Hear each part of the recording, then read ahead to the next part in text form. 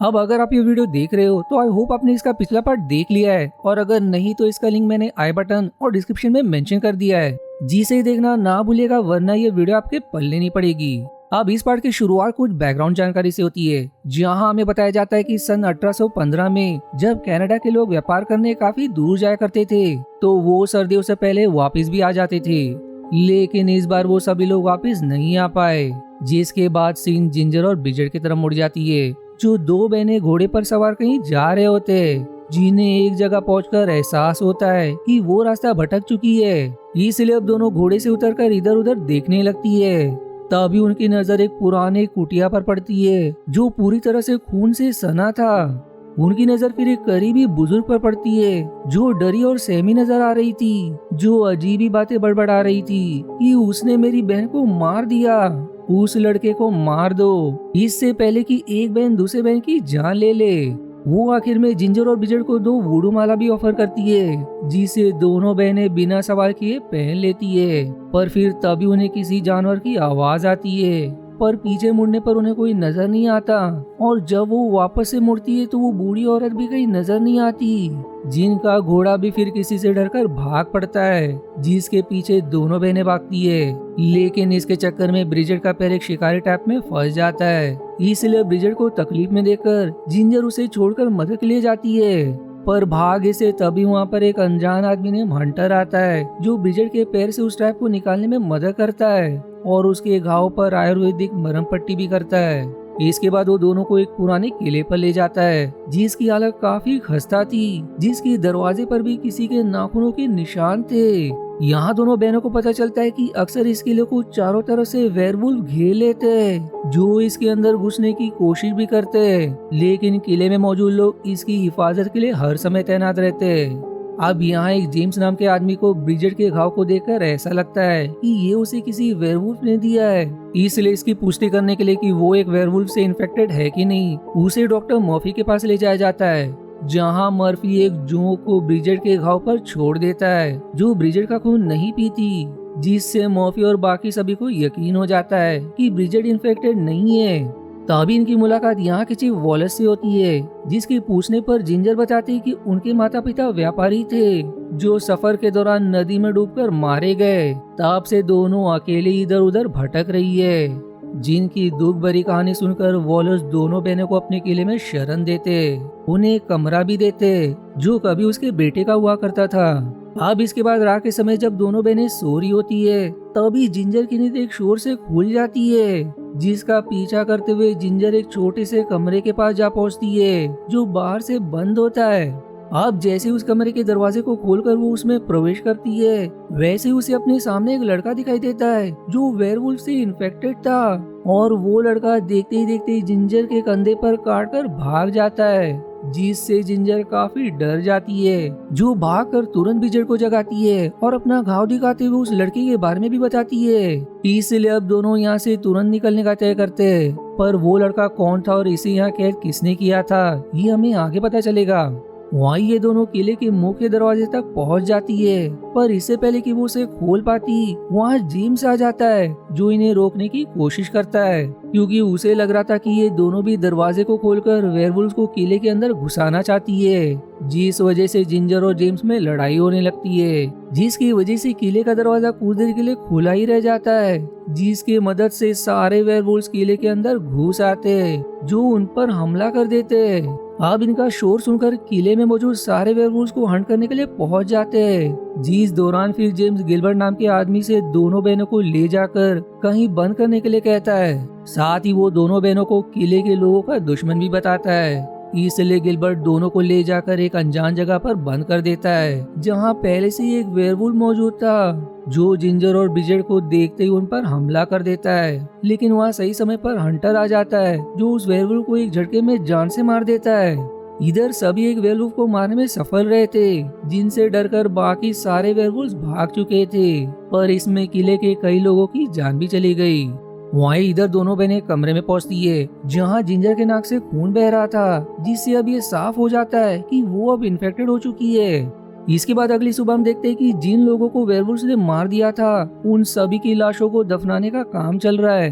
तभी वहाँ पर उनके बीच एक आदमी को मर्फी के पास लेकर आया जाता है, क्योंकि उसे वेयरवुल्फ ने काट लिया था। इसलिए मर्फी उसके ऊपर जोक छोड़ता है, जो तुरंत ही इन्फेक्टेड आदमी का खून पीने लग जाती है।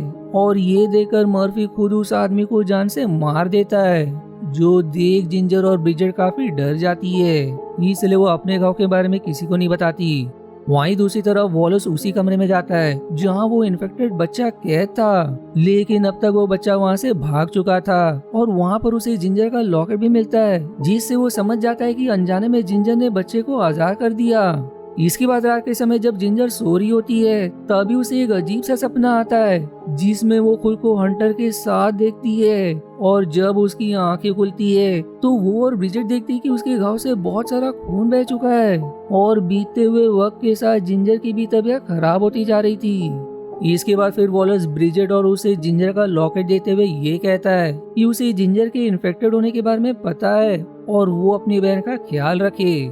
साथ ही यहाँ वो बताता है कि एक बार वेयरवुल्फ ने उनके परिवार पर हमला करके उसकी पत्नी की जान ले ली थी और उसके इकलौते बच्चे को काटकर इन्फेक्ट कर दिया था, जो वही बच्चा है जिसने जिंजर को पिछली रात काटा था। और उसने ये बात सबसे छिपाने के लिए उसे कमरे में बंद करके रखा, क्योंकि अगर यहाँ सबको उसके बारे में पता लगा तो वो उसे जान से मार देंगे।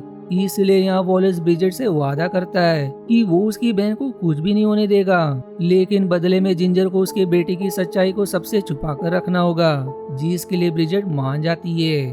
अब रात के समय वही इन्फेक्टेड बच्चा जिंजर के पास आता है और उस पर एक बार फिर अचानक से हमला कर देता है, लेकिन वो जिंजर को कोई नुकसान नहीं पहुंचाता, बल्कि उसके कुछ बाल तोड़कर वहाँ से चला जाता है। इसके बाद वो बच्चा एक दूसरे आदमी को जान से मारकर उसका खून पी लेता है और लाश के पास वो जिंजर के बालों को छोड़कर चला जाता है।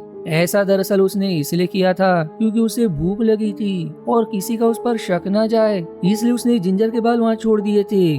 अब यहाँ उस मरे हुए आदमी के पास लाल बाल देखकर किले के लोग सोचते हैं कि ये काम जिंजर का है, क्योंकि यहाँ से उसी के बाल लाल रंग के थे। इसलिए फिर वो लोग जिंजर को लेकर मर्फी के पास जाते हैं। वहीं दूसरी तरफ मौका देकर जेम्स ब्रिजेट के साथ जबरदस्ती करने की कोशिश करता है, पर सही समय पर वहाँ वॉलस आ जाता है, जो जेम्स को गन के दम पर यहाँ से भगा देता है। इसके बाद अब वॉलस मर्फी को गोली से मारकर जिंजर को भी आजाद करवा लेता है और सभी को चेतावनी देता है कि कोई भी अब इन दोनों बहनों को परेशान नहीं करेगा। जिसकी बाद जिंजर और ब्रिजेट भी अपने कमरे में चली जाती है। यहाँ जिंजर ब्रिजेट से सवाल करती है कि क्या तुम्हें उस बूढ़ी औरत की बात याद है? उसने कहा था कि लड़के को मारो ताकि एक बहन दूसरी को ना मारे। तो हो सकता है कि उस लड़के यानी कि इस इन्फेक्टेड बच्चे को मारने से उसका भी इन्फेक्शन ठीक हो जाएगा। इसीलिए अब जिंजर रात के समय चुपचाप खंजर लेकर इस बच्चे को मारने के लिए जाती है, जहाँ वो बच्चा अपनी माँ के कब्र के पास बैठकर रो रहा होता है और उसे इस हालत में देखकर जिंजर उसे मार नहीं पाती। लेकिन तभी वहाँ पर एक आदमी उस बच्चे को देख लेता है, इसलिए अब उसे पकड़ लिया जाता है। पर फिर जैसे ही सब उसे मारने पड़ते वहाँ वॉलस आ जाता है और वो ना चाहते हुए भी अपने बच्चे को गोली से मार देता है। इसके बाद अब वॉलस चुपके से जिंजर को ब्रिजेट के साथ उस किले से बाहर निकाल देता है, जिससे उसे लगता है कि अब उसका किला बिल्कुल सुरक्षित है। अब ब्रिजेट और जिंजर यहाँ से सीधा हंटर को ढूंढने के लिए आगे बढ़ती है, जिसमें इनकी मदद एक लड़का कर रहा था, जिसे वॉलस ने दोनों को सही सलामत हंटर की गुफा तक पहुँचाने के लिए कहा था। वहीं अब जिंजर अपने इन्फेक्शन के कारण काफी भूखी हो चुकी थी, इसलिए वो ना चाहते हुए उसी लड़के को मारकर उसका खून पी लेती है, जो सब ब्रिजेट भी देखती है, पर अब वो कुछ कर भी नहीं सकती थी। इसलिए अब वो दोनों आगे बढ़ने का फैसला करती है, जहाँ कुछ दूर जाने पर उन्हें एक गुफा मिलता है, जिसमें इन्हें वही बूढ़ी औरत मिलती है जो इन्हें शुरुआत में मिली थी।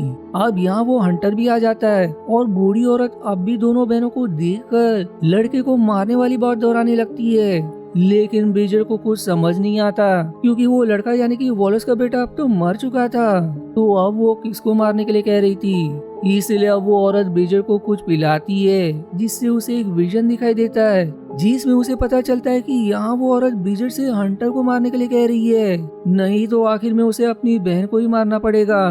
जिसकी तुरंत बाद ही ब्रिजेट अपने विजन से बाहर आ जाती है। वो अब उठकर देखती है कि जिंजर ने उस बूढ़ी औरत को भी जान से मार दिया है और साथ ही वो वहाँ से भाग चुकी है। हंटर उसे बताता है कि जिंजर पक्का किले की तरफ गई होगी, इसलिए उसे भी किले में जाना चाहिए। इसलिए ब्रिजेट तुरंत किले पहुंचती है, जहां फिर गिलबर्ट और जेम्स उसे कैद कर लेते, क्योंकि उन्हें लग रहा था कि अब तक ब्रिजेट भी इन्फेक्टेड हो चुकी होगी। लेकिन गिलबर्ट ब्रिजेट को नहीं मारता, क्योंकि उसे पता था कि जिंजर अपनी बहन को बचाने जरूर आएगी।